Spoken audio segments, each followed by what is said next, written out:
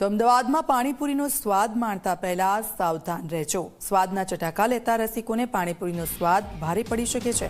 પાણીપુરી બનાવતા લોકોને ત્યાં એએમસીના ફૂડ વિભાગની તપાસ। ફૂડ વિભાગની ટીમે કેલિકો મિલ કમ્પાઉન્ડમાં દરોડા પાડ્યા છે। સ્થળ પર ઠેર ઠેર જોવા મળ્યું ગંદકીનું સામ્રાજ્ય। અત્યંત અખાદ્ય વ્યવસ્થામાં રહેલા બટાકાના જથ્થાનો નાશ કરાયો છે।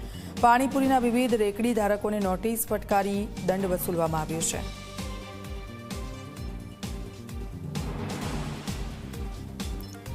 ફૂડ વિભાગની ટીમ ત્રાટકી છે। હાલ ચેકિંગ હાથ ધરવામાં આવ્યું છે।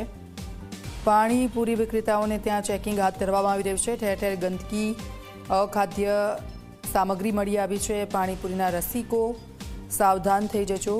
ગાંધીનગરમાં જે સ્થિતિ ઊભી થઈ ને ત્યારબાદ અલગ અલગ જગ્યાઓ પર ચેકિંગ હાથ ધરવામાં આવી રહ્યું છે અને હાલ કેલિકો મિલ પાસે આવેલા પાણીપુરી વિક્રેતાઓ છે તેમના ત્યાં ચેકિંગ હાથ ધરવામાં આવ્યું છે। ઠેર ઠેર ગંદકી જોવા મળી છે।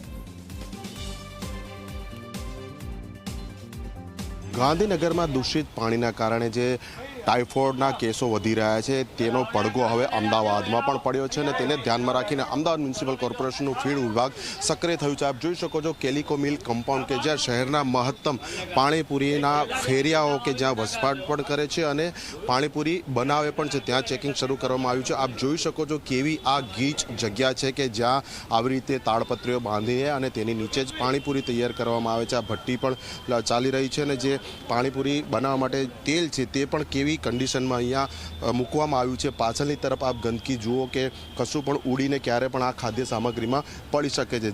પાણીપુરીના બટાકાનો જે વપરાશ થાય છે તેની સ્થિતિ હું આપને બતાવવા માંગુ તો આપ જોઈ શકો છો અહીંયા બાફેલા બટાકા તૈયાર પડ્યા છે અને સાથે જ આ પાસેનું જે તપેલું છે તેની અંદર પડેલા બટાકાની સ્થિતિ પણ કેવી છે એટલે સડી ગયેલા બટાકા છે। ગુણવત્તા બિલકુલ પણ ન કહી શકાય અને તેની અંદર પાણી જે છે તે પાણી અહીંયા ક્યાંથી લાવવામાં આવે છે તે શુદ્ધ છે કે કેમ તે પણ એક મોટો પ્રશ્ન છે। એટલે જે પ્રમાણે લાખો લોકો દૈનિક પાણીપુરીની વિવિધ લારીઓ ઉપર સ્વાદના ચટાકા મેળવે છે, પાણીપુરી ખાવાનો સંતોષ મેળવે છે, પરંતુ કેવી કન્ડિશનમાં આ પાણીપુરી બને છે જો તેઓ આ દ્રશ્ય જોશે તો કદાચ એકવાર ખાતા પહેલાં વિચારશે। પણ ખાસ કરીને યુવતીઓ અને મહિલાઓ પાણીપુરી પાછળ જે રીતે ક્રેઝી થાય છે તેમને આ જોવા જેવું છે। આપ જોઈ શકો છો જો આ જે બટાકા છે તેની સ્થિતિ આપ જોઈ શકો છો કેવા પ્રકારના બટાકા છે। આ સાઈડ પર મૂકેલા બટાકા છે તો જે કેરેટમાં મૂકેલા બટાકા છે તેની પણ સ્થિતિ આપ જુઓ। આ કઈ રીતના સડેલા બટાકા છે તેને બાફી અને તેનું જે મસાલો છે તે બનાવવામાં આવે છે અને સૌ કોઈ ચટાકેદાર પાણીપુરી ખાધી હોવાનો હોશે આનંદ લે છે। પરંતુ જે પ્રમાણે લોકોના આરોગ્ય સાથે દેખીતા ચેડા થાય તેવા પ્રકારના આ દ્રશ્યો અહીંયા એએમસીની હેલ્થ ટીમની ચેકિંગની કામગીરી દરમિયાન જોવા મળ્યા છે। એટલે તંત્ર પણ હવે સક્રિય થયું છે। જે પ્રમાણે ગાંધીનગરમાં દૂષિત પાણીના કારણે ટાઇફોઇડ અને અન્ય પાણીજન્ય રોગચાળો વધ્યો છે તેના કારણે એટલે આ ઝુંબેશ જે છે તે લાંબા સમય સુધી અને સતત ચાલે તે જરૂરી છે। કેમેરા પર્સન એસપી શર્મા સાથે અર્પણ કાયદાવલા, ઝી મીડિયા, અમદાવાદ।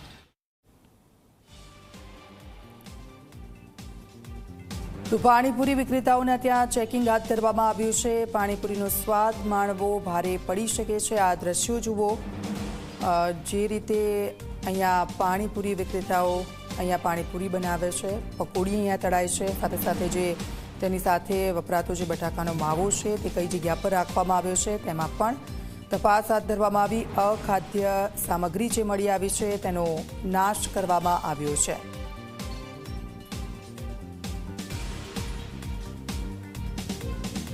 ગાંધીનગરમાં સામે આવેલા ટાઇફોઇડના કેસ બાદ અમદાવાદમાં પણ પાણીજન્ય રોગચાળા જુદા જુદા વિસ્તારમાં માથું ઉચકતા રહે છે। ત્યારે એકાએક અમદાવાદ મ્યુનિસિપલ કોર્પોરેશનની હેલ્થ વિભાગની ટીમ સક્રિય થઈ છે અને શહેરના કેલિકો મિલ કમ્પાઉન્ડમાં કે જ્યાં પરપ્રાંતીય જે પાણીપુરીના જે ફેરિયાઓ છે કે જે પોતે ગમે તેવી પરિસ્થિતિમાં પણ વસવાટ કરી અને આ પાણીપુરીનો ધંધો કરતા હોય છે, પરંતુ આ દ્રશ્યો આપ જોઈ શકો છો અત્યંત ગંદકી સિવાય આ વિસ્તારમાં કશું નથી અને ત્યાં જ પાછળની તરફ જોઈ શકો છો ડ્રેનેજનું જે પાણી પાછળ તરી જઈ રહ્યું છે ત્યાં જ પાણીપુરી તળવાની ભઠ્ઠી લાગેલી છે અને આસપાસની આખી જે વસ્તી છે જે લોકાલિટી છે તે કેવી પરિસ્થિતિમાં અહીંયા રહે છે અને દૈનિક જે રીતે અહીંયાથી જ આ પાણીપુરી બની અને પછી શહેરના જુદા જુદા વિસ્તારોમાં આ રેકડીઓ ફરતી હોય છે કે જેને શહેરીજનો આરોગતા હોય છે। એટલે આપ જોઈ શકો છો છેલ્લા કેટલાય મહિનાઓથી અહીંયા કોઈ સફાઈ થઈ નથી, કારણ કે જે અહીંયા શૌચાલય હોય બાથરૂમ હોય તેનું પાણી દેખીતું અહીંયા જ એકઠું થાય છે અને તેની જ વચ્ચોવચ્ચ આ પાણીપુરીની જે લારીઓ છે તે પડેલી છે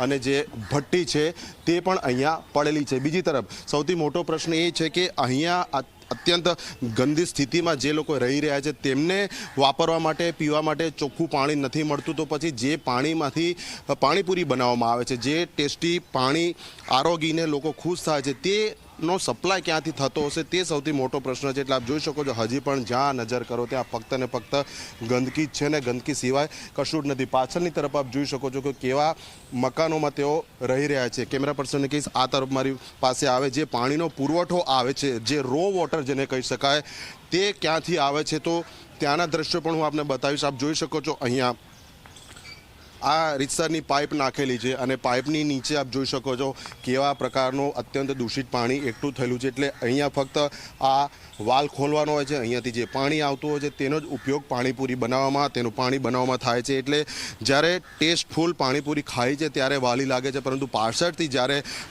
તેના કારણે જે વિવિધ બીમારીઓ થાય છે, જે પાણીજન્ય રોગચાળામાં લોકો સપડાય છે, તો આ દ્રશ્યો જ લોકો માટે એક સૌથી મોટી ચેતવણી છે કે તમે હોશે હોશે નાના બાળકો સહિત જે લોકો પાણીપુરી આરોગે છે તે પૂર્વે ચકાસો કે તે કેવી કન્ડિશનમાં, કેવી સ્થિતિમાં બને છે. કેમેરા પર્સન SP શર્મા સાથે અર્પણ કાયદાવાલા, ઝી મીડિયા, અમદાવાદ.